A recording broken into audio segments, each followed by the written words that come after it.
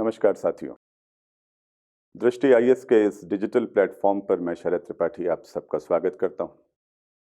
आज हम लोग अंतर्राष्ट्रीय राजनीति के एक ऐसे विषय पर जो इन दिनों अखबारों की सुर्खियों में आपको लगातार दिख रहा होगा, ईरान परमाणु संकट। ईरान परमाणु संकट दुनिया की जो इस वक्त सबसे प्रमुख राजनीतिक समस्याएं हैं उनमें से एक माना जा रहा है। ये एक ऐतिहासिक संकट है। लंबे समय से इसने सिर्फ ईरान और अमेरिका को नहीं उलझा रखा, बल्कि पूरी दुनिया कहीं ना कहीं इस संकट से प्रभावित होती है और ये एक ग्लोबल क्राइसिस की तरह, एक वैश्विक संकट की तरह देखा जाता है। राजनीति में कहा जाता है कि तहखानों के अंदर तहखाने होते हैं। इसका अर्थ यह है कि किसी मुद्दे की जड़ तक पहुंचते पहुंचते हम और कई मुद्दों तक हमको जाना पड़ता है, क्योंकि एक बात दूसरे से, दूसरी तीसरी से जुड़ती जाती है। और ऐसा ही एक संकट है ईरान का परमाणु संकट। इसे सिर्फ इतना समझ लेना कि ईरान परमाणु बम बनाना चाहता है और अमेरिका उसको परमाणु बम बनाने नहीं दे रहा, मेरी दृष्टि से ये समस्या का बहुत ही एक सतही, बहुत ही एक नैरो इंटरप्रिटेशन होगा और हम इस समस्या के उन सब स्तरों को समझें कि इसमें क्या क्या बिंदु ऐतिहासिकता के जुड़े हुए हैं। आज अमेरिका में सत्ता परिवर्तन हुआ है। जो बाइडेन ने सत्ता संभाली है। डोनाल्ड ट्रंप से जो बाइडेन के बीच का ये जो अंतराल है, जो ये बदलाव है, इससे क्या ईरान परमाणु संकट के भी संस्तर, लेयर्स बदल रही हैं? तो हम इस समस्या को समझने के क्रम में जितने बिंदुओं को, जितने मुद्दों को हमें समझना चाहिए, मैं कोशिश कर रहा हूं कि हम उन तमाम बिंदुओं को हम लोग समझ सकें। ये वो तमाम संस्तर हैं जिनको इस समस्या के क्रम में हमको समझना चाहिए। सबसे पहले आज के इस संकट को समझने के लिए हमें देखना होगा कि ईरान और अमेरिका के बीच जो विवाद है उसकी पृष्ठभूमि क्या है, क्योंकि यही समस्या का शायद एक सबसे बड़ा कारण है। इसी से जुड़ा हुआ एक मुद्दा है ईरान की इस्लामिक क्रांति। यह इस्लामिक क्रांति एक खास समय में एक खास राजनीतिक प्रवृत्ति को तो स्थापित करती ही है। ये बेसिकली जो यूएस और ईरान के बीच का जो रिलेशंस का डायनामिक्स था, उनकी जो गत्यात्मकता थी, उसको भी पूरी तरह से बदल देती है। तो आज के इस संकट के लिए हमें इस इस्लामिक क्रांति की भी बुनियादी चीजों को समझना होगा। तीसरा विषय जो इससे जुड़ता है वो है शिया और सुन्नी देशों, यानी इन संप्रदायों के बीच जो एक धार्मिक कटुता है, और फिर उसका इस इस्लामिक मध्य पूर्व की राजनीति पर क्या प्रभाव पड़ता है, और अंततः ईरान के परमाणु संकट से इस शिया सुन्नी विवाद का क्या लेना देना है, हम इस बात को भी समझेंगे। अगला विषय फिर ईरान का नाभिकीय कार्यक्रम। क्या अंतर्राष्ट्रीय व्यवस्था है? क्या ईरान को परमाणु कार्यक्रम चलाने का एक अंतर्राष्ट्रीय जो कहते हैं व्यवस्था में अधिकार है या नहीं? अगर है तो फिर अमेरिका क्यों उसके ऊपर इतना दबाव डालकर उसके कार्यक्रम को प्रभावित करना चाहता है? हम इस क्रम में थोड़ा सा तकनीकी आयामों को भी देखेंगे कि ईरान के परमाणु कार्यक्रम पर संदेह के बादल क्यों मंडराते रहते हैं। आखिरी जो बिंदु हैं उसमें हम दो बिंदु और देखेंगे। एक, जो अमेरिका में जो सत्ता बदलाव हुआ है उससे ईरान परमाणु संकट में क्या नए आयाम जुड़ रहे हैं, और अंततः भारत के लिए इस पूरे संकट में क्या कुछ महत्वपूर्ण बातें हैं, हमारी विदेश नीति इस विषय पर क्या रुझान रखती है। इतनी बातों की पड़ताल करके परत दर परत हम ईरान परमाणु संकट को संपूर्णता में, होलिस्टिकली हम लोग समझ सकते हैं। तो आइए पहले बिंदु से बात को प्रारंभ करते हैं। तो पहला विषय, ईरान और अमेरिका के बीच जो विवाद है उसकी पूरी जड़ को हम लोग खंगालते हैं। देखिए, ईरान पुराना पर्शियन जो एक एम्पायर था उसका एक तरह से ऑफशूट है, उसके बाद अस्तित्व में आया। और ईरान में जो शासन प्रणाली ऐतिहासिक तौर पर थी उसमें शाह हुआ करता था, शाह मतलब राजा, और प्रधानमंत्री हुआ करता था, यानी लोकतंत्र और कहीं राजतंत्र के बीच का एक आपको सम्मिलन या मिश्रण आपको दिखेगा। अब ईरान में शाह जो था वो मोटे तौर पर एक बहुत नाम मात्र का आप कह सकते हैं, उसके ऊपर भार था और वास्तविक जो राजनीति के निर्णय थे वो प्रधानमंत्री लिया करते थे। इस बीच वहां एक प्रधानमंत्री हुए 50 के दशक में जिनका नाम था मोहम्मद मुसद्दिक। मोहम्मद मुसद्दिक ने थोड़ा सा बहुत राष्ट्रवादी रुझान दिखाना शुरू किया और ईरान चूंकि तेल का एक बहुत बड़ा स्रोत था और इसीलिए जो पूर्व औपनिवेशिक ताकतें थीं, उस समय में ब्रिटेन भी बहुत बड़ी ताकत हुआ करता था। ब्रिटेन, अमेरिका, इन सब की निगाहें ईरान के तेल संसाधनों पर जुड़ी हुई थी।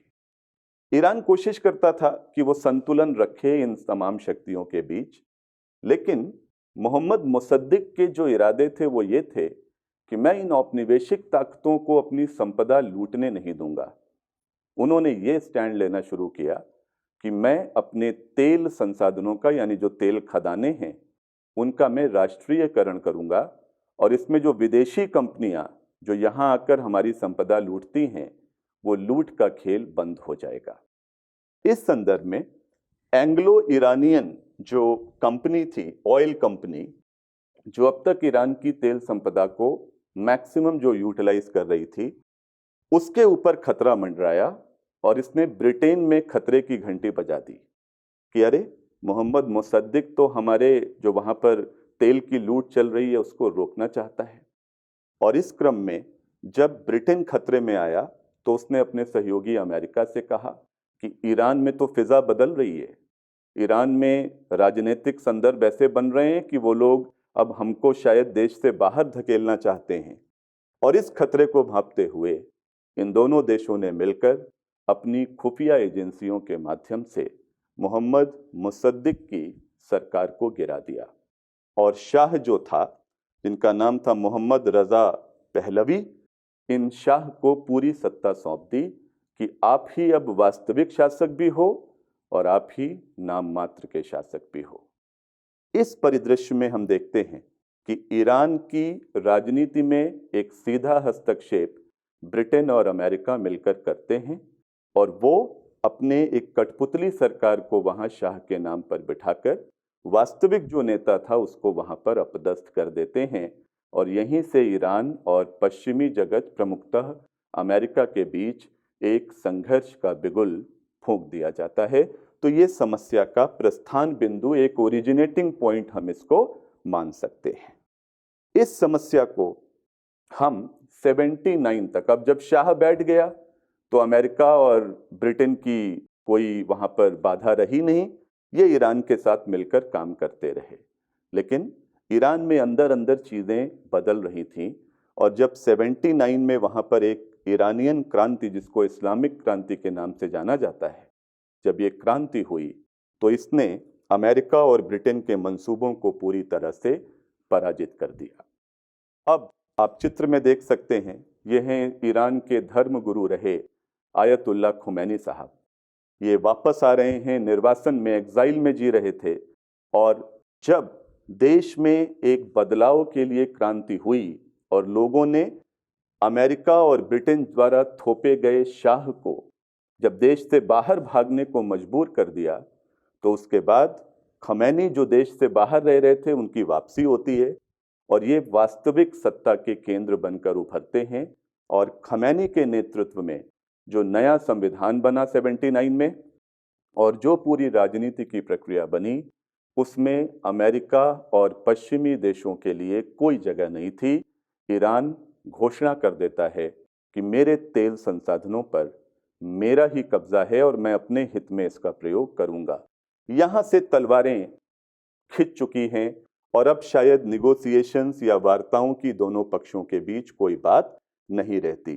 तो इस तरह इस्लामिक क्रांति ने पूरी तरह से अमेरिका ईरान को दो छोरों पर, दो अलग अलग धुरों पर बांट दिया। 79 की इस क्रांति के बाद फिर कुछ कुछ घटनाएं होती रहीं जिन्होंने अमेरिका और ईरान के संबंध और खराब होते चले गए। ये 79 से 81 के बीच ये बहुत बड़ा संकट माना गया अमेरिकी इतिहास में भी, तेहरान में जो अमेरिका का दूतावास था उस पर विद्रोहियों ने कब्जा कर लिया और दूतावास में अंदर जो अमेरिकी लोग थे उनको, आप सोचिए, 52 ऐसे हॉस्टेजेस थे जो बंदी लोग थे, इनको 444 दिन के बाद दूतावास से निकाला जा सका। यानी करीब करीब 2 साल तक अमेरिका के लोग ईरान में राजधानी में दूतावास में बंद थे, उनके अधिकारी थे। और डिप्लोमेटिक लोगों को आपको पता होगा कि उनको वैसे भी एक इम्यूनिटी होती है, आप उनके विरुद्ध अपने देश के कानून के हिसाब से भी सीधे कार्रवाई नहीं कर सकते। तो ये दुनिया में सबसे बड़े डिप्लोमेटिक क्राइसिस में से एक है और इस दौरान अमेरिका ईरान के रिश्ते बेहद तनावपूर्ण हो गए। अल्टीमेटली अमेरिका के जो अगले राष्ट्रपति रोनाल्ड रीगन जिस दिन जनवरी 81 में जब वो अपनी सत्ता संभाल रहे थे, जिसको इनॉग्रेशन डे कहा जाता है, उस दिन जाकर इन लोगों को छोड़ा गया ईरान में। और इसके बाद कहीं एक संकेत ईरान ने दिया कि हम इस नए राष्ट्रपति के साथ मिलकर काम करना चाहते हैं। इससे पहले संबंध बेहद तनावपूर्ण रहे। इस विषय पर अगर आपने देखा हो तो 2012 में एक फिल्म बनी थी आर्गो, जिसको ऑस्कर पुरस्कार मिला। वो वास्तविक घटना पर आधारित है कि किस तरह अमेरिका ने एक फिल्म बनाने वाला एक दल नकली बनाया। वो लोग जासूस और कमांडोज थे, उनको दूतावास में भेजा गया और वो किसी तरह 6 अमेरिकियों को वहां से बचाकर निकाल लाए थे। तो ये सारा समीकरण भी इन दोनों देशों ने इस्लामिक क्रांति के बाद वस्तुतः देखा है।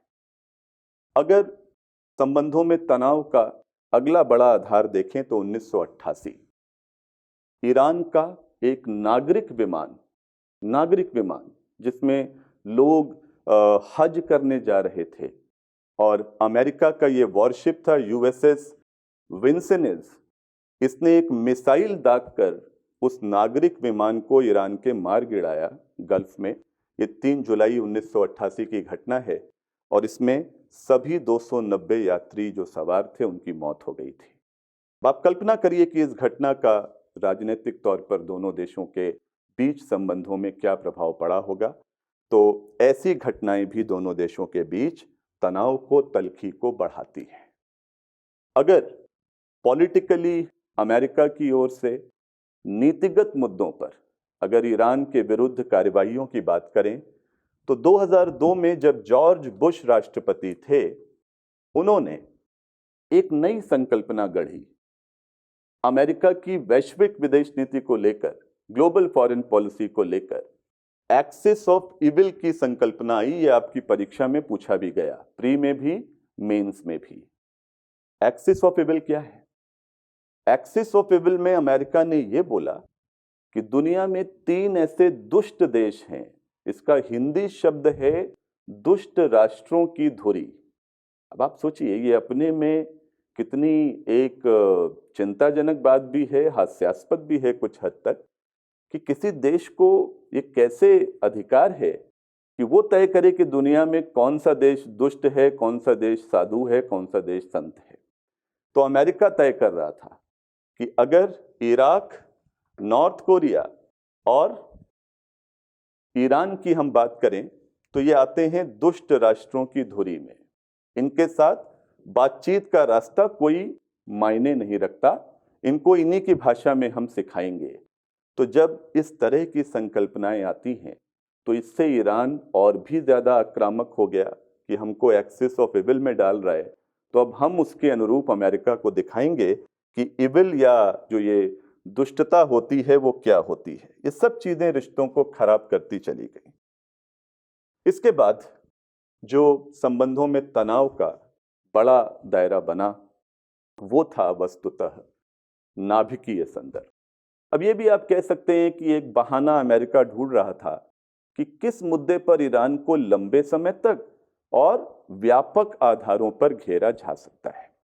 तो उसने 2002 में ईरान में ही कुछ विद्रोही समूह थे जिन्होंने कुछ गोपनीय सूचनाओं को सार्वजनिक कर दिया, उनको ओपन कर दिया। जो उनके न्यूक्लियर प्रोग्राम के कुछ कॉन्फिडेंशियल सीक्रेट्स थे उनको पब्लिक डोमेन में सार्वजनिक कर दिया।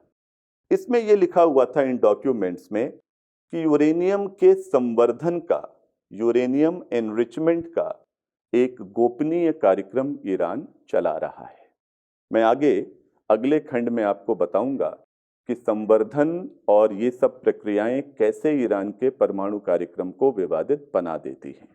अभी आप इतना समझिए कि संवर्धन का मतलब है कि ईरान के इरादे सिर्फ परमाणु बिजली बनाने के नहीं हैं, ईरान निश्चित तौर पर परमाणु हथियार बनाने का इरादा भी रखता है।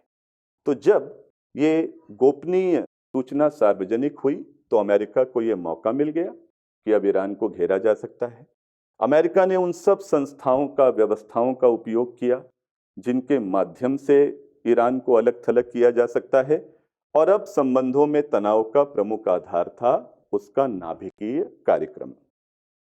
प्रतिबंधों की अंतहीन श्रृंखला, एंडलेस राउंड्स ऑफ सैंक्शंस आज तक जारी हैं। ट्रंप के समय तक प्रतिबंध लगा कर ईरान को पूरी दुनिया में आर्थिक और राजनीतिक तौर पर अलग थलग करने की साजिश हुई, और ये इसलिए भी आसान था क्योंकि ईरान में जो पॉलिटिकल लीडरशिप उस समय में है 2002 के आसपास, वो है महमूद अहमदीनेजाद की। देखिए, ईरान की अगर राजनीतिक व्यवस्था को देखें तो वहां पर हम इसको थोड़ा सा समझ भी सकते हैं। देखिए, ईरान का जो राजनीतिक पूरा जो संरचना है उसमें सत्ता के कई केंद्र हैं। कहने को वहां राष्ट्रपति लोगों द्वारा सीधे निर्वाचित होता है। लोग अपनी संसद के लिए भी मतदान करते हैं, उसको मजलिस कहते हैं। ईरान की संसद को मजलिस कहा जाता है। तो राष्ट्रपति है सीधे इलेक्ट होता है, मजलिस सीधे इलेक्ट होती है, लेकिन वास्तव में जो सत्ता है, उधर रूहानी है, इधर ये धर्म गुरु हमारे खमैनी साहब हैं। वास्तविक जो सत्ता की चाबी है उसको सुप्रीम लीडर के पास हम देखते हैं। हालांकि सुप्रीम लीडर को भी कुछ व्यवस्थाएं निर्धारित करती हैं ईरान के संविधान के अनुसार, जैसे गार्जियन काउंसिल, इसमें 12 लोग होते हैं और 12 में 6 को सुप्रीम लीडर चुनता है जो धर्म के बड़े जानकार हैं, और 6 लोग न्यायपालिका से चुने जाते हैं। और गार्जियन काउंसिल भी सुप्रीम लीडर के ऊपर एक तरह से कहीं निगरानी रखती है। फिर एक असेंबली ऑफ एक्सपर्ट्स है, कहने को सुप्रीम लीडर का चयन असेंबली ऑफ एक्सपर्ट करती है, लेकिन असेंबली ऑफ एक्सपर्ट में कौन होगा ये सुप्रीम लीडर ही तय करता है व्यवहार में। तो कुछ इस तरह का पूरा एक घालमेल है जहां कहने को आपको दिखने को लगेगा कि लोकतंत्र भी है, लोग मतदान भी कर रहे हैं, राष्ट्रपति को भी चुन रहे हैं, संसद को भी चुन रहे हैं, पर तकनीकी रूप से हम कहें तो ये डेमोक्रेसी का और थियोक्रेसी का, थियोक्रेसी मतलब धर्मतंत्र, धर्म जो मुख्य प्रमुख एक शासकीय सत्ता में होता है, तो ये धर्मतंत्र और लोकतंत्र का एक मिश्रण है। और वास्तव में अगर कोई सबसे ताकतवर है, मतलब प्रेसिडेंट कौन बनेगा ये भी यही तय करता है, क्योंकि सारे नॉमिनेशंस को सुप्रीम लीडर की सहमति चाहिए होती है, चुनाव लड़ने से पहले भी और चुनाव लड़ने के बाद भी। जब तक सुप्रीम लीडर उसको ओके नहीं करता तब तक वो व्यक्ति राष्ट्रपति पद पर नहीं बैठ सकता। तो ये बहुत ताकतवर शख्सियत है, और इसी पूरे ताकत के समीकरण में ईरान के लिए महत्वपूर्ण हो जाता है कि राष्ट्रपति अगर उदारवादी है, संसद में अगर उदारवादियों का बोलबाला है, तो थोड़ा सा सुप्रीम लीडर को पीछे पांव खींचने पड़ेंगे कि देश का जो रुझान है, क्योंकि ये लोग सीधे चुनकर आ रहे हैं, तो देश का रुझान अब थोड़ा कट्टरपंथ की ओर कम है। देशवासी चाहते हैं कि ईरान सामाजिक आर्थिक प्रगति के रास्ते पर आगे बढ़े, और ज्यादा हम आक्रामकता दिखाकर अमेरिका से और दुनिया से लड़कर हम लोग अपनी अर्थव्यवस्था को कहीं ना कहीं आधार दें।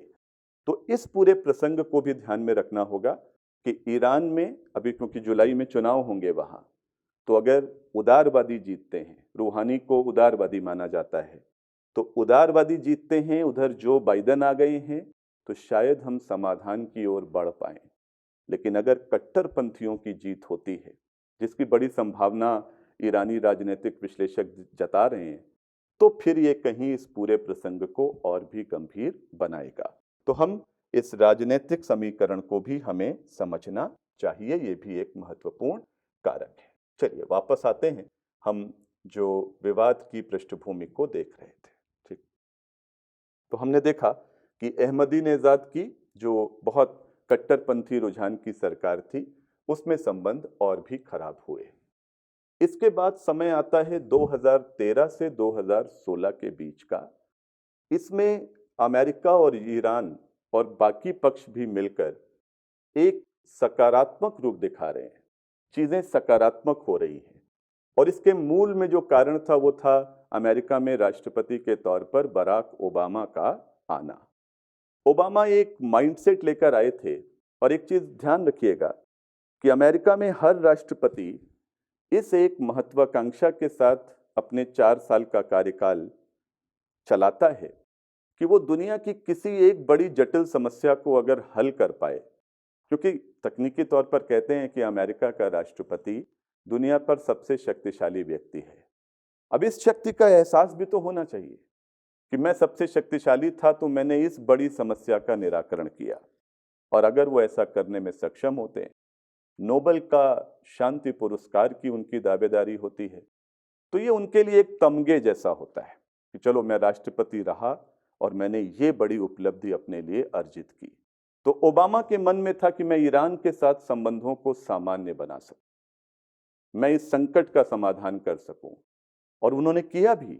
अब उनको क्या पता था कि उनके बाद ट्रंप आएंगे और वो सारे किए धरे पर पानी फेर देंगे। खैर, ओबामा ने हसन रूहानी जब राष्ट्रपति ईरान में आ गए थे, ये भी उदारवादी थे, ओबामा भी उदारवादी थे, तो उदारवादी मिले तो 2015 में समझौता हो गया।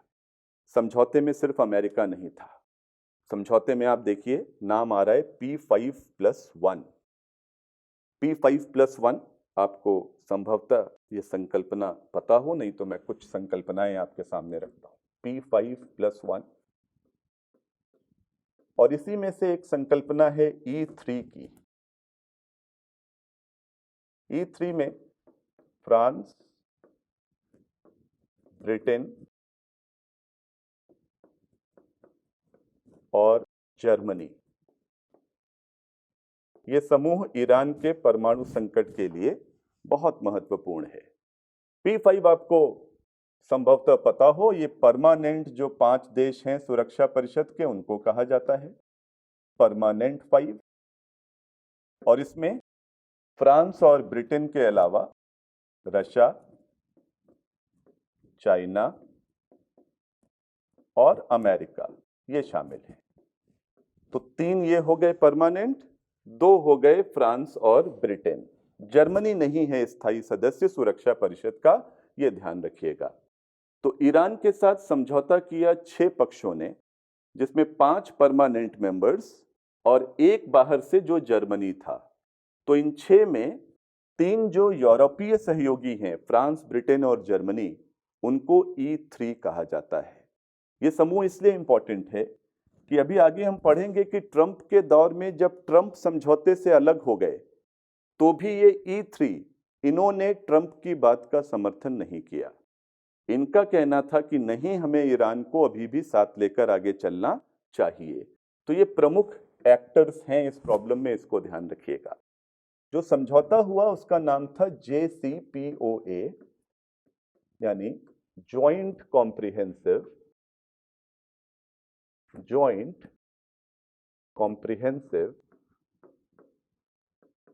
Plan of action. Joint comprehensive plan of action. समझौते में सीधा सा बात थी कि ईरान को चाहिए था कि उसके ऊपर जो प्रतिबंधों की तलवारें चली हैं वो वापस हो जाएं, वो फिर दुनिया से व्यापार कर सके, अपने तेल संसाधनों को बेच सके, उसकी आर्थिक बदहाली दूर हो। और इन P5+1 को चाहिए था कि ईरान अपने परमाणु कार्यक्रम को इस प्रकार मर्यादित करे, इस प्रकार थोड़ा सा डाइल्यूट करे कि परमाणु बम बनाने का जो उसका एक रास्ता है उससे वो दूर हट जाए। तो इस तरह का समझौता हुआ और दोनों पक्ष इसको अपनी जीत बताते रहे, और काफी सुखद बात। लेकिन हम इस बात से भी परिचित हैं कि ये सुख बड़े दिन तक चला नहीं, क्योंकि उसके बाद आ गए डोनाल्ड ट्रंप, और डोनाल्ड ट्रंप ने आते ही फिर ईरान को लेकर एक तरह से रिवर्स पॉलिसी चलाई, और कहीं ना कहीं ट्रंप के शासन में ईरान और अमेरिका के बीच जो कुछ घटा, वो हम कह सकते हैं कि उसको वापस लाने में बड़ी चुनौती जो बाइडेन को मिलने वाली है। पहले तो डोनाल्ड ट्रंप अपने प्रचार के समय से ही कह रहे थे कि भाई बहुत गलत समझौता किया ओबामा ने, और इसमें सिर्फ ईरान की जीत है, हमको क्या मिला, US has not gained anything, one sided समझौता है। और जब प्रचार में ही ये कह रहे थे तो सीधी सी बात है कि राष्ट्रपति बनूंगा तो समझौते को पूरी तरह से खारिज कर दूंगा। वही किया उन्होंने। उसके बाद बहुत व्यापक प्रतिबंध लगाने शुरू करे। मई 2019 में ये प्रतिबंध जब और कठोर हुए तो इसको कहा गया, एक और पॉलिसी है उसको ध्यान रखिएगा, मैक्सिमम प्रेशर की स्ट्रैटेजी बोला जाता है। ट्रंप के समय में ईरान को लेकर जो नीति है उसको कहते हैं मैक्सिमम प्रेशर की पॉलिसी। इसका अर्थ ये है कि जितना हम राजनीतिक, कूटनीतिक, आर्थिक दबाव ईरान पर डाल सकते हैं डालेंगे, तभी ईरान सही रास्ते पर चलेगा। और इसकी प्रतिक्रिया में ईरान दबा नहीं, उसने इसी की काट में अपनी नीति दी, मैक्सिमम रेस्ट्रेंट की नीति।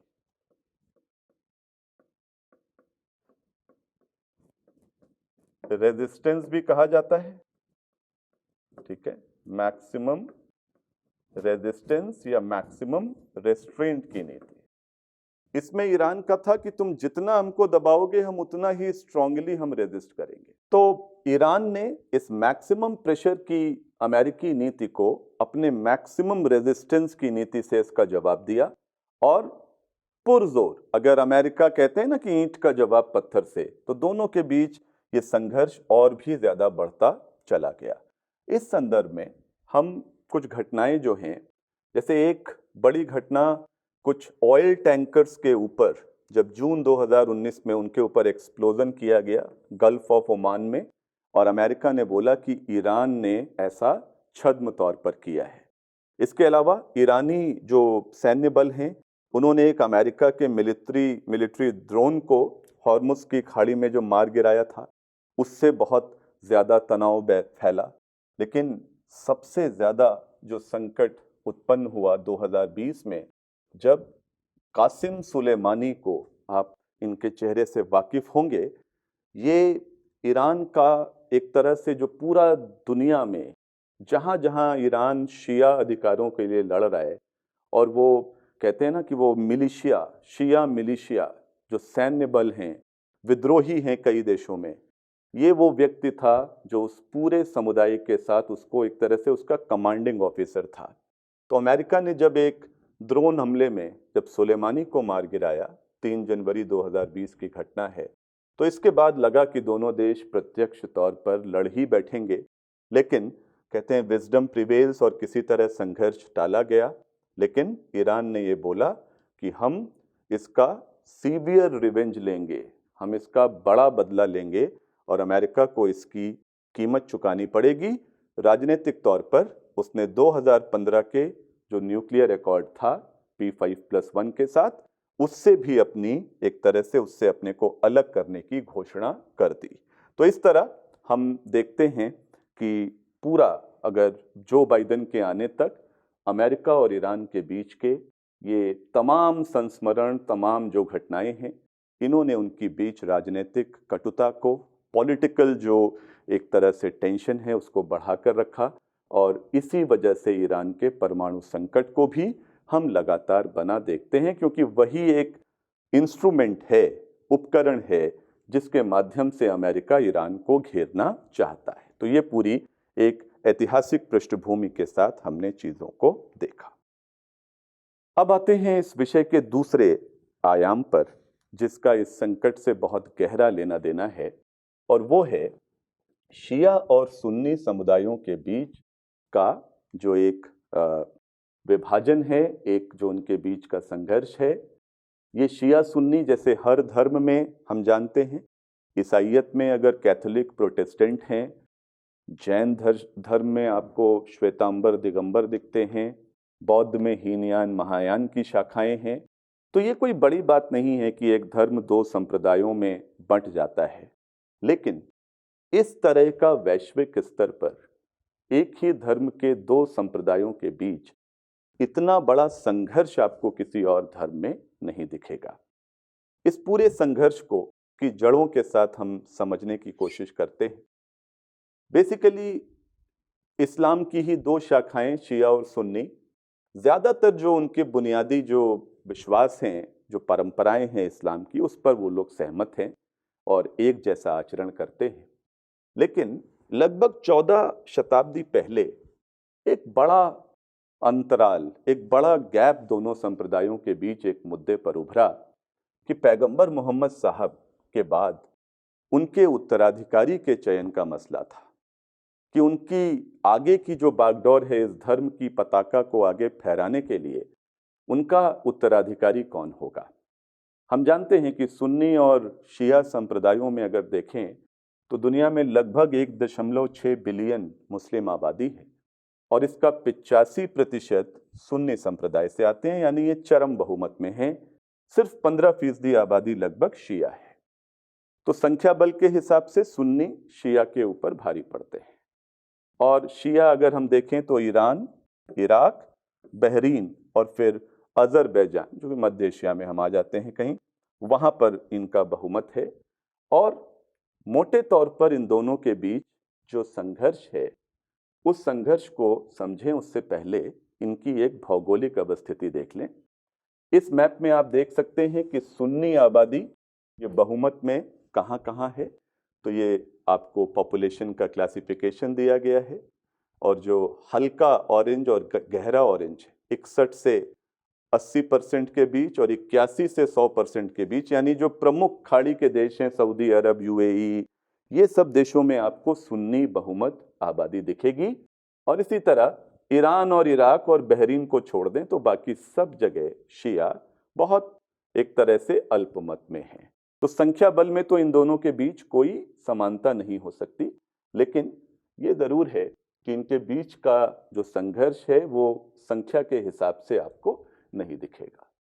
अब मोहम्मद साहब बिना किसी उत्तराधिकारी के बारे में कुछ स्पष्ट करे स्थितियां, अच्छा उनका कोई पुत्र भी नहीं था, तो पुत्र होता तो एक वो स्वाभाविक उत्तराधिकारी वाली बात आती। तो हुआ ये कि एक अनिश्चितता की माहौल में वो मोहम्मद साहब नहीं रहे और उसके बाद उनके समर्थक दो भागों में बंट गए। एक वर्ग का कहना था कि हमें उनके परिवार में से ही किसी को उनकी विरासत सौंपनी चाहिए। दूसरा वर्ग था जो कहता था कि नहीं, हम ओवरऑल इस बात को देखें कि मोहम्मद साहब की जो शिक्षाएं हैं, जो उनका मार्गदर्शन था, उसको सबसे बेहतरीन तरीके से आगे कौन दुनिया में प्रचारित कर सकता है। परिवार की जंजीरों में हमें विरासत को नहीं बांधना चाहिए।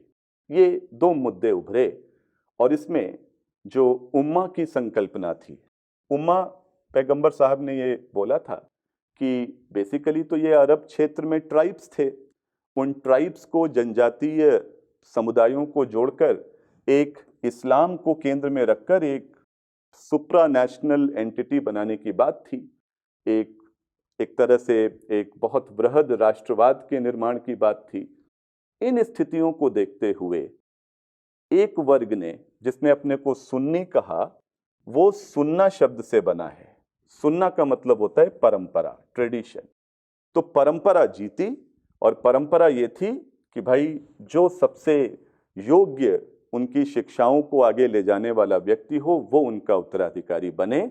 और अबू बकर को, जो कि उनके बहुत अच्छे मित्र थे पैगंबर मोहम्मद साहब के, उनको उनका उत्तराधिकारी चुना गया। और सुन्ना या सुन्नी को, सुन्नी संप्रदाय ने इस बात को कहीं ना कहीं इस लड़ाई में जीत हासिल करी। लेकिन जो दूसरा वर्ग था, जो उनके परिवार से ही किसी को बनाना चाहता था, उसका भी एक अपना दबाव रहा और ये लोग आपस में लड़ते रहे। चौथा खलीफा, खलीफा मतलब उस समय का जो इस्लामिक एक तरह से पूरा शासक, तो चौथा खलीफे जो हुए उनको वो शिया धर्म के हाथ में आया और ये थे अली साहब। तो अली साहब और शिया धर्म में जो प्रमुख होता है उसको इमाम कहते हैं। तो चौथा खलीफा के तौर पर अली साहब इमाम नियुक्त हुए, यानी सुन्नी परंपरा में चौथा जो खलीफा है वो शिया धर्म के हाथ में आया, यानी इनके बीच का संघर्ष उत्तराधिकारी वाला आगे चलता रहा। इस पूरी लड़ाई का ये निर्णायक बिंदु है जिसको हम करबला की लड़ाई कहते हैं। आज भी आप जहां पर भी शिया हैं, वो जब मुहर्रम का आपने अगर एक बड़ा प्रसिद्ध शियाओं का पर्व है, उसमें वो इस लड़ाई के पक्ष को देखते हैं। अब ये लड़ाई क्यों शियाओं के लिए महत्वपूर्ण है और क्यों सुन्नी इसके प्रति थोड़ा सा आशंकित रहते हैं, उसको समझिएगा। ये अली साहब बहुत कम समय के लिए खलीफा रह पाए, उनकी भी हत्या हो गई थी। 656 ईस्वी में करीब उनको मिली खिलाफत, खलीफागिरी, और 661 के आसपास उनकी हत्या हो गई। लेकिन करबला की लड़ाई में अली साहब के जो बेटे थे हुसैन, ये बेसिकली एक अपने 72 अपने फॉलोवर्स के साथ और अपने परिवार के सदस्यों के साथ मक्का से करबला पहुंचे। करबला आज का इराक है, जो वर्तमान इराक है ये उस समय करबला होता था। और यहाँ पर इनकी लड़ाई हुई, बेसिकली लड़ने पहुंचे थे ये उमायद, एक वहां पर डायनेस्टी थी, उसका खलीफा था याजिद, जो बड़ा भ्रष्ट शासन था। तो उस भ्रष्ट सरकार से लड़ने ये पहुंचे थे, शासन से लड़ने पहुंचे थे। लेकिन लड़ाई किससे हुई? लड़ाई हुई वहां पर पहले से स्थापित एक बहुत बड़ी सुन्नी सेना से। और सुन्नी सेना क्यों लड़ने आई थी? क्योंकि अभी भी संघर्ष इस बात को लेकर था कि क्या इस्लाम में जो राजनीतिक नेतृत्व है वो मोहम्मद साहब के परिवार का कोई व्यक्ति करेगा, या जो एक सुन्ना परंपरा चल रही है उसमें उनके बेस्ट फॉलोवर को ये अधिकार मिलेगा। तो ये सुन्नी सेना चाहती थी कि एक बार सब चीजों को समाप्ति कर दिया जाए, क्योंकि अब हुसैन ही बचे थे उनके परिवार में। अली जो थे वो मोहम्मद साहब के कजिन भी थे, चचेरे भाई, और उनके दामाद भी थे। तो परिवार में चल रहे थे, हुसैन अली के बेटे थे। तो ऐसे में हुसैन को अगर हम खत्म कर देते हैं तो इनकी मांग ही खत्म, क्योंकि परिवार में उसके बाद कोई पुरुष बचा ही नहीं था।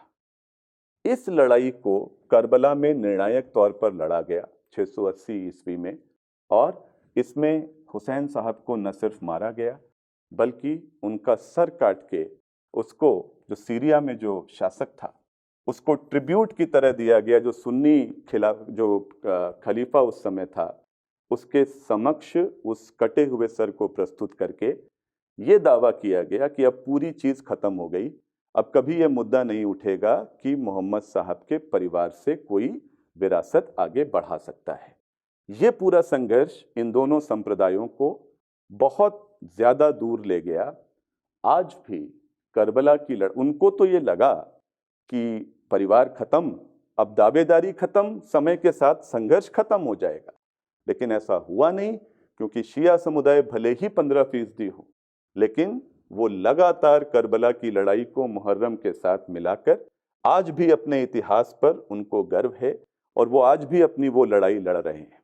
इसको वो अशूरा के तौर पर, ये जो सालाना उनका करबला की लड़ाई की जो वर्षगांठ है, इसे वो अशूरा कहते हैं। तो अगर आपने निश्चित तौर पर इस बात को समझा होगा कि कैसे शिया और सुन्नी संप्रदाय इस बात को लेकर कि हमारा भविष्य नेतृत्व आगे कैसे चले, इसमें इतने बड़े संघर्षों में उलझे रहे। और फिर जो सुन्नी बहुमत वाले देश हैं, सऊदी अरब, यूएई, वो अपने को प्योर इस्लाम करने लगे कि इस्लाम का जो सही शुद्ध रूप है वो हम ही हैं। और फिर वो शुद्धता की लड़ाई शुरू हो गई जो आज भी चल रही है। तो शिया देश और सुन्नी देश, इनके बीच का संघर्ष ये ईरान के वर्तमान संकट से निश्चित तौर पर जुड़ता है। मैं अभी कंक्लूजन में उन सारी बातों को आपके सामने रखता हूं।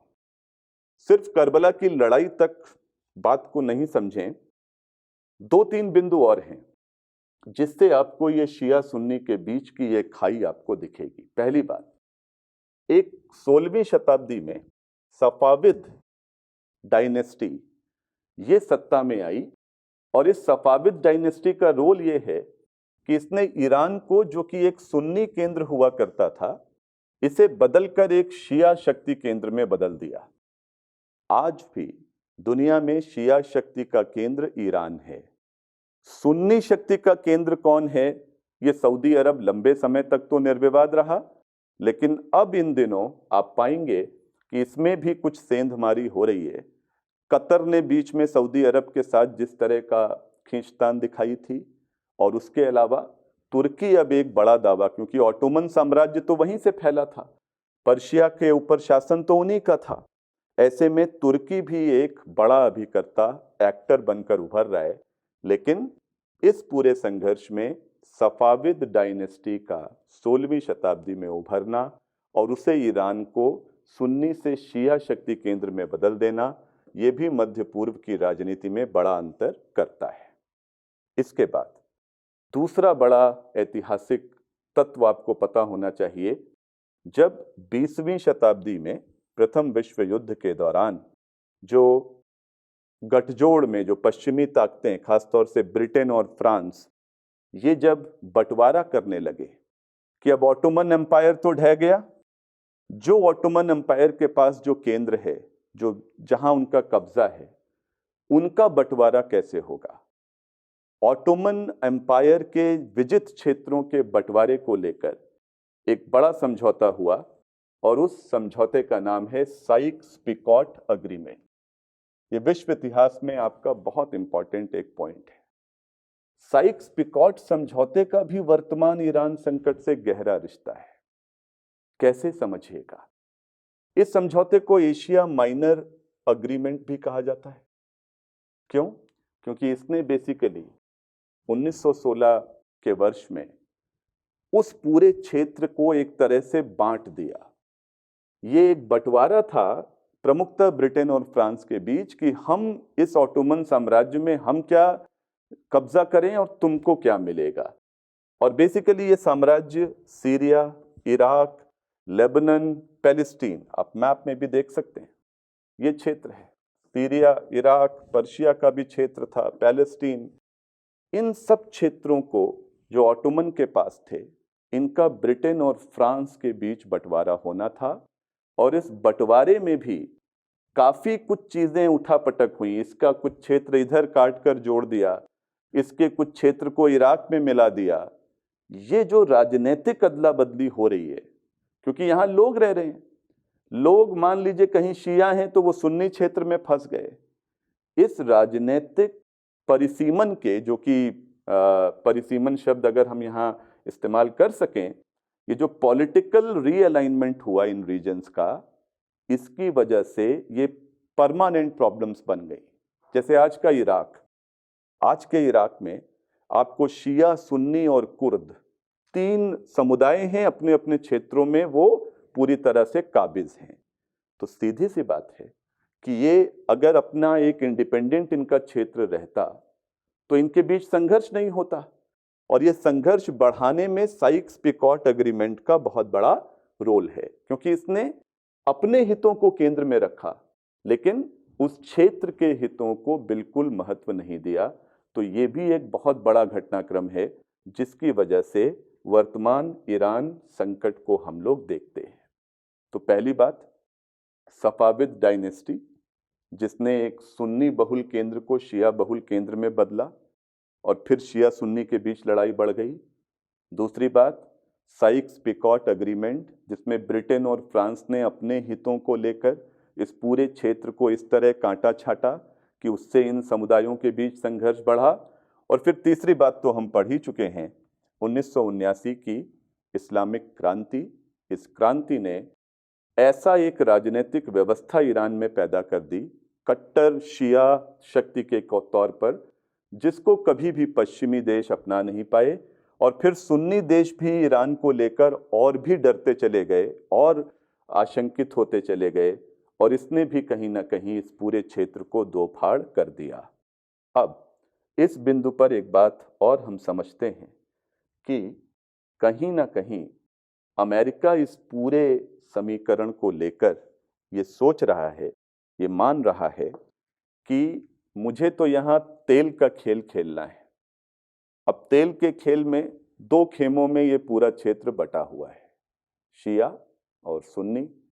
शिया हैं 15%, तो कम देशों में उनका बहुमत है, तो तेल के भी कम संसाधनों पर उनका बहुमत है, उनका कब्जा है। और दूसरा वर्ग है सुन्नी, जो प्रमुख तेल उत्पादक देश हैं, तेल संसाधन संपन्न देश भी हैं।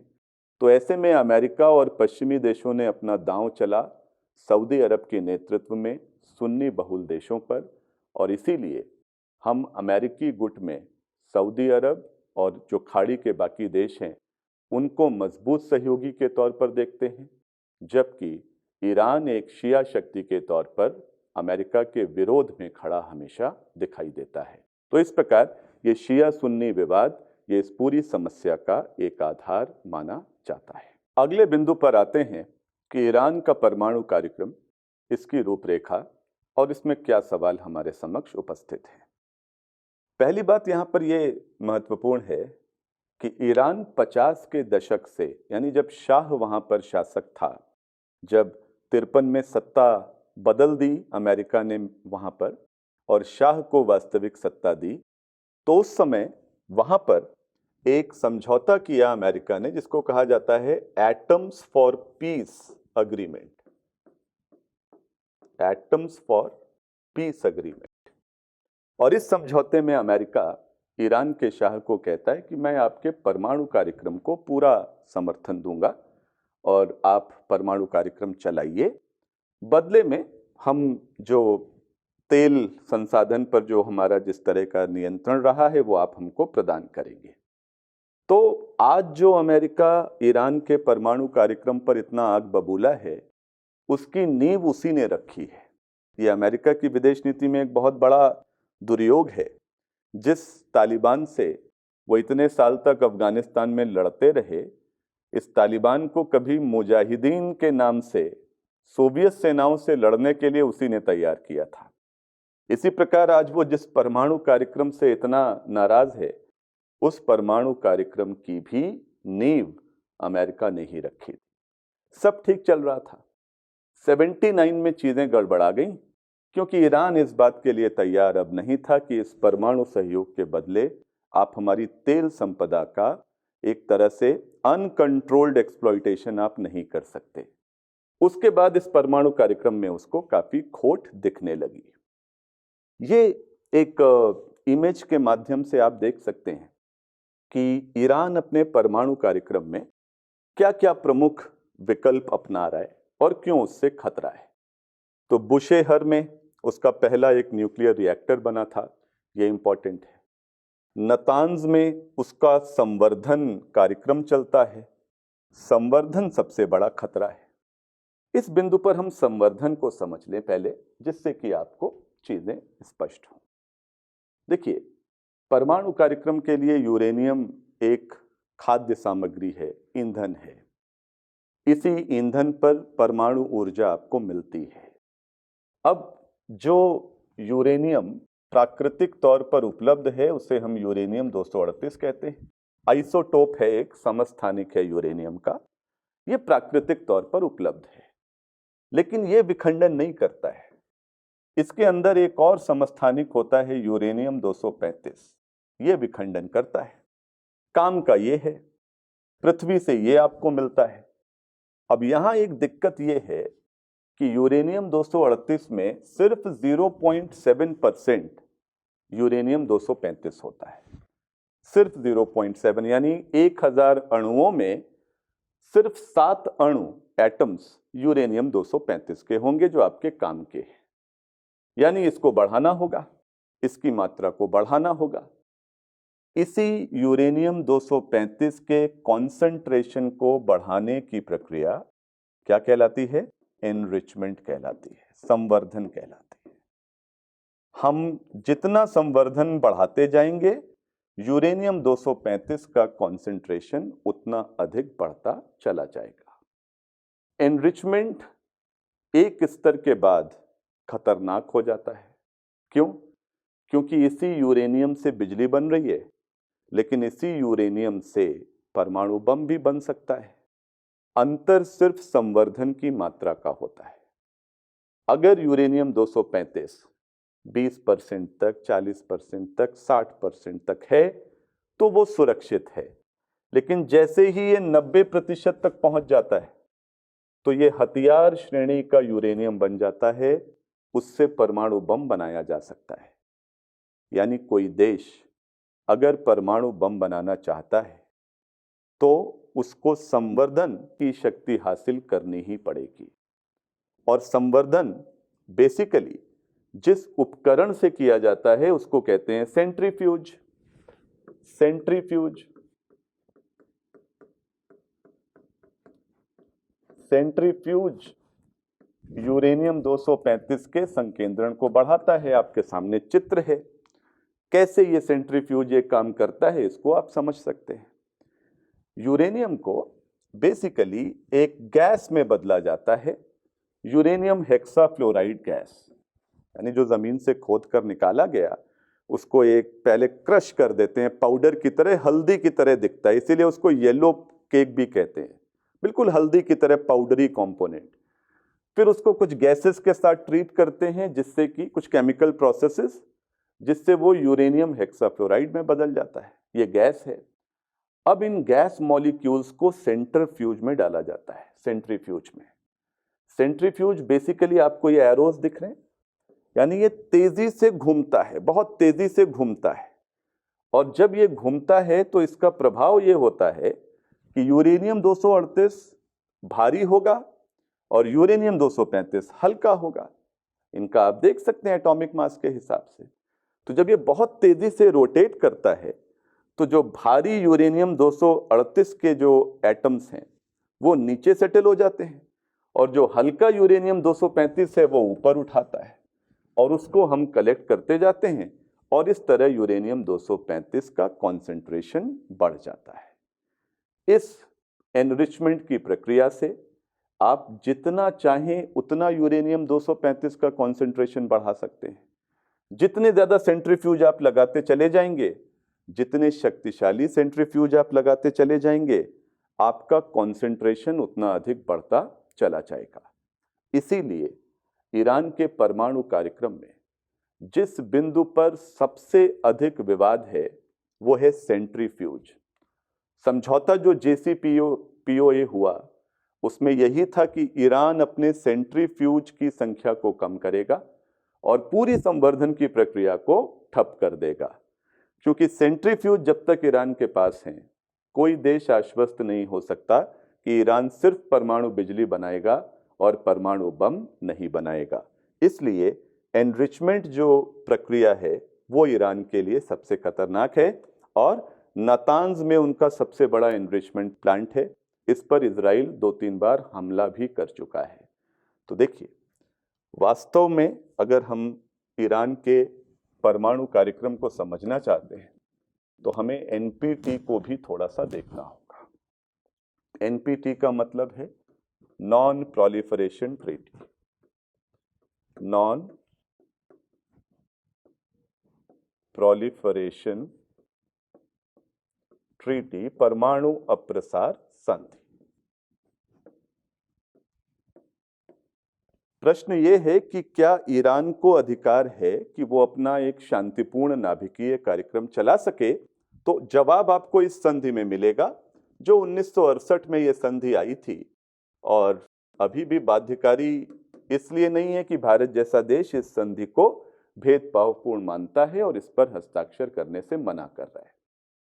NPT में हर देश को यह अधिकार है कि वो अगर चाहे तो शांतिपूर्ण कार्यों के लिए peaceful use of nuclear research कर सकता है। ये संधि सबको ये अधिकार देती है, पर शांतिपूर्ण कार्य के लिए आपको सुनिश्चित करना होगा कि आप उसका उपयोग बिजली के लिए, चिकित्सा के लिए, उद्योग के लिए कर रहे हैं। तो ईरान को भी यह अधिकार है। ईरान NPT में शामिल भी है शुरू से, लेकिन ईरान कहता है कि मैं तो शांतिपूर्ण काम करना चाहता हूं, पर अमेरिका मेरे ऊपर जबरदस्ती आरोप लगाता है कि मैं बम बना रहा हूं। अब देखिए, संवर्धन तो आपको शांतिपूर्ण कार्य के लिए भी करना पड़ेगा, क्योंकि जमीन से जो यूरेनियम हमने निकाला उसमें तो सिर्फ 0.7% यूरेनियम 235 है, उतने से तो बिजली भी नहीं बनेगी। तो एनरिचमेंट तो करना अनिवार्य है, पर एनरिचमेंट किस नीयत से हो रहा है ये कोई कैसे तय करेगा? ईरान कहेगा कि मैं 20-30% तक ही करना चाहता हूं, अमेरिका कहेगा कि तुम 90% करके बम बनाना चाहते हो। यहीं पर रोल आता है आईएईए का, क्योंकि निगरानी से इस बात का समाधान हो सकता है। आईएईए के वैज्ञानिक जाते हैं परमाणु प्रतिष्ठानों में और वो बता देते हैं कि भाई यहां संवर्धन किस स्तर का हो रहा है। तो ये बात समझौते में प्रमुख थी कि ईरान आईएईए के इंस्पेक्टर्स को आने देगा अपने देश में, अपने परमाणु संस्थानों की निगरानी करने देगा, लेकिन जब प्रतिबंध उसके ऊपर नहीं हट रहे तो ईरान का भी कहना ठीक है कि तुम तो अपना वादा निभा नहीं रहे और मुझसे कह रहे हो कि मैं संवर्धन जो है पूरी तरह बंद कर दूं। तो इसलिए अभी कुछ दिन पहले जो आईएईए के साथ एक तदर्थ समझौता जो ईरान ने किया है वो भी बहुत आशा जगाता है, क्योंकि उसका मतलब ये है कि अब अगर अमेरिका थोड़ा लचीला रुख अपनाए तो फिर बातें शायद सुलझ सकती हैं। और इसी उम्मीद में पूरी दुनिया है, क्योंकि ये संकट अगर थोड़ा सा ठहराव ले ले तो हम आश्वस्त हो सकते हैं कि कम से कम एक बड़ी समस्या तो शायद कम से कम बढ़ेगी नहीं, अगर समाधान ना भी हो। तो ये पूरे ईरान के परमाणु कार्यक्रम का एक आपके लिए संदर्भ था, इस बात को भी आप समझ सकते हैं। अंत में बात करते हैं भारत की, और इसी से जोड़कर मैं अमेरिका का जो नीतिगत जो बदलाव हो रहा है उसको भी समझाता हूं। देखिए, जो बाइडेन एक रिपब्लिकन राष्ट्रपति के बाद एक डेमोक्रेट राष्ट्रपति बना है। ये डेमोक्रेट हैं। ट्रंप, आप सब परिचित होंगे कि रिपब्लिकन राष्ट्रपति। अब मैं इसलिए ये लिख रहा हूं कि इस प्रॉब्लम में ये भी एक आयाम है, पेंच है, क्योंकि रिपब्लिकन जब जब सत्ता में आते हैं तो ईरान के साथ अमेरिका का संघर्ष चरम पर होता है। याद करिए, मैंने अभी आपको एक्सिस ऑफ इविल बताया 2002 में, जॉर्ज बुश रिपब्लिकन राष्ट्रपति, उनके समय में इतना बड़ा तनाव का मुद्दा उभरा। ओबामा, समझौता हो गया 15 में, डेमोक्रेट राष्ट्रपति। तो जब जब डेमोक्रेट आता है तो ईरान के साथ थोड़ा गुंजाइश बनती है, और जब जब रिपब्लिकन आता है तो ईरान के साथ संबंध बेहद खराब होते हैं। अब जो बाइडेन के सामने चुनौती कई हैं। पहली कि यूरोप के देश, मैंने E3 की संकल्पना आपको बताई अभी, है ना, ये लोग कभी भी ट्रंप की उस बात से सहमत नहीं हो पाए कि हमने ईरान को क्यों बीच मझधार में छोड़ दिया। हमारे पास कोई ऐसा प्रमाण नहीं है जिससे लगे कि ईरान तुरंत कोई परमाणु बम बनाने वाला है, और ना बना पाए इस दिशा में बातचीत चल रही थी, प्रयत्न चल रहे थे, लेकिन ट्रंप ने सब कुछ खारिज कर दिया। तो E3 का मतलब है कि बाइडेन के लिए एक बड़ी चुनौती है कि अमेरिका को दोबारा उस ग्लोबल पॉलिटिकल लीडरशिप में उतारा जाए जो ट्रंप ने खत्म कर दिया। ट्रंप ने अमेरिका फर्स्ट तो बोला, लेकिन ट्रंप ने जो अमेरिका की राजनीतिक स्वीकार्यता थी, पॉलिटिकल एक्सेप्टेंस जो अमेरिका का था, उसको भी खत्म किया। अब देखिए, उसके बड़े बड़े सहयोगी फ्रांस वगैरह ज्यादातर मुद्दों पर ट्रंप के दौर में अमेरिका से दूर रहे। ऐसे में बाइडेन ने स्पष्ट किया है कि मैं दोबारा अमेरिका की उस खोई हुई प्रतिष्ठा को वापस लाऊंगा, और यह तभी हो सकता है जब ईरान से उनकी शुरुआत हो, क्योंकि पश्चिम एशिया संकट में बहुत जटिल मामला है, अमेरिका ज्यादा तेजी से बढ़ नहीं सकता। कोरिया के आसार सुलझने की ओर नहीं है, नॉर्थ कोरिया से हो सकता है वो भी नहीं होगा। चाइना के साथ बहुत तेजी जो बाइडेन दिखा नहीं सकते, क्योंकि ट्रंप का फिर ये कहना सही हो जाएगा कि बाइडेन चीन के प्रेमी हैं। ऐसे में बचता है ईरान, और ईरान चूंकि मतलब एक तेल क्षेत्र के नाभिक पर है, तो ये पूरी दुनिया की इकोनॉमी जो वैसे ही खस्ता हाल है, अगर तेल क्षेत्र में कोई इस तरह का पॉलिटिकल एक तरह से एक्सीडेंट हो जाए तो बहुत दिक्कत हो सकती है।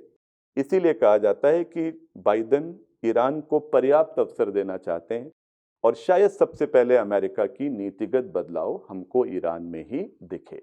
तो ये कुछ सही समीकरण हैं जो शायद हमको बनते दिख रहे हैं। इस बात को भी हमको देखना चाहिए। अब भारत की विदेश नीति को अंत में हम इस विषय के संदर्भ में देखते हैं कि भारत के लिए ईरान के क्या संदर्भ हैं और कैसे ईरान हमारे लिए एक महत्वपूर्ण भूमिका निभाता है।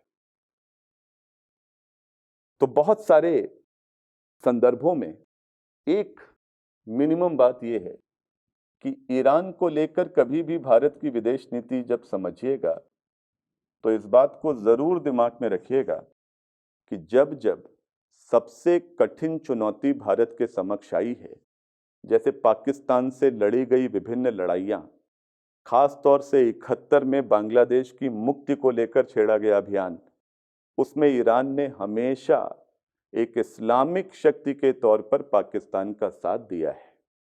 ये बात हम भूल नहीं सकते, क्योंकि कहते हैं ना कि दोस्त दुश्मन की पहचान संकट के समय में सबसे अधिक होती है। इसका मतलब यह भी नहीं कि ईरान को हम किसी तरह से इसकी अवहेलना करते हैं। ईरान हमेशा महत्वपूर्ण रहा है, लेकिन पॉलिटिकल जब डिस्कोर्स बनता है तो हिस्ट्री को हमेशा केंद्र में रखा जाता है। हम बात यहां पर इसलिए कर रहे हैं कि एक तरफ है सऊदी अरब और दूसरी तरफ है ईरान। ये दो इसलिए कि ये सुन्नी, अभी ऊपर हमने पढ़ा, सुन्नी और शिया, ये शिया शक्ति का केंद्र है और सऊदी अरब सुन्नी नेतृत्व का दावा करता है। दोनों के बीच की टकराहट को मैं विस्तार से आपके समक्ष रख चुका हूं। अब सीधी सी बात है कि ये दोनों देश भी इस बात को देखते होंगे कि कौन मेरे साथ खड़ा है और कौन मेरे दुश्मन के साथ खड़ा है। और आज के समय में भारत की विदेश नीति की तुलना करें तो हम सीधे तौर पर सऊदी अरब को ज्यादा महत्व देते हैं। उसके बहुत सारे कारण हैं।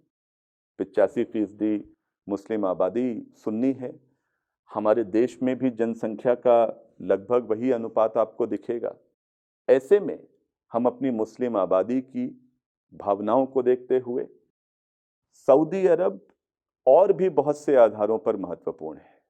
लेकिन इसका मतलब ये नहीं है कि हम ईरान के साथ कुछ खटास रखते रहे।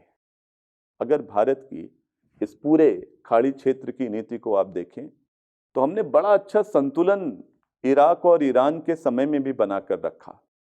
लंबे समय तक भारत का सबसे बड़े जो दो तेल आयातक देश थे, उसमें एक इराक था, दूसरा ईरान। हमने इनके बीच के संघर्ष को कभी अपनी डिप्लोमेसी के रास्ते में आड़े नहीं आने दिया। पर जब निश्चयात्मक किसी तरह के एक विकल्प को चुनने की बात होती है, जब भी ऐसे मुद्दे बनते हैं, तो आपको दिखेगा कि भारत सऊदी अरब वाले समूह के साथ ज्यादा अपनी नजदीकी रखता है। ईरान हमारे लिए एक बहुत बड़ा महत्व रखता है और उसी से मैं परमाणु संकट को भी भारत के हितों को जोड़ता हूं। आपने छबाहार पत्तन के बारे में जरूर सुना होगा। छबाहार पत्तन ये रणनीतिक तौर पर हमारी एक बहुत बड़ी लड़ाई है। लड़ाई इसलिए कि भारत को मध्य एशिया में अपने हितों को देखते हुए एक पूरी विदेश नीति मध्य एशिया केंद्रित चलानी पड़ी। अब दुर्योग यहां यह है कि भारत मध्य एशिया तक सिर्फ पाकिस्तान के रास्ते पहुंच सकता है। मैं लैंड कनेक्टिविटी की बात कर रहा हूं। पाकिस्तान हमको पहुंचने नहीं देगा, क्योंकि पाकिस्तान अपने हित से ज्यादा कैसे हमारा अहित हो सके, इस बारे में उसका रुझान होता है। ऐसे में मध्य एशिया, अफगानिस्तान हम तक पहुंचना चाहते हैं, हम उन तक पहुंचना चाहते हैं, लेकिन बीच में है पाकिस्तान जो इन लोगों को पहुंचने नहीं दे रहा एक दूसरे तक।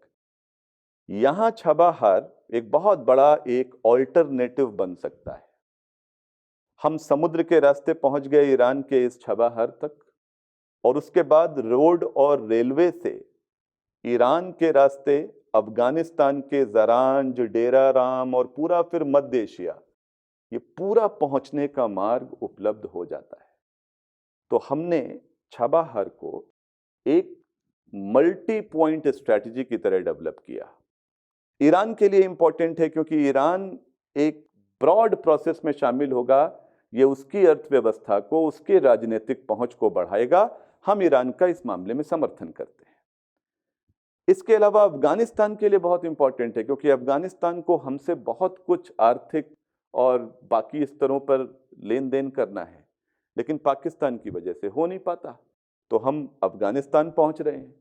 और उसके अलावा मध्य एशिया, वहां पर ऊर्जा के विस्तृत भंडार, निवेश की प्रचुर संभावनाएं, राजनीतिक तौर पर वहां जो लोकतंत्र जो करवटें बदलता है, उसमें हम लोग जिस स्तर पर जाकर अपने को जोड़ सकते हैं।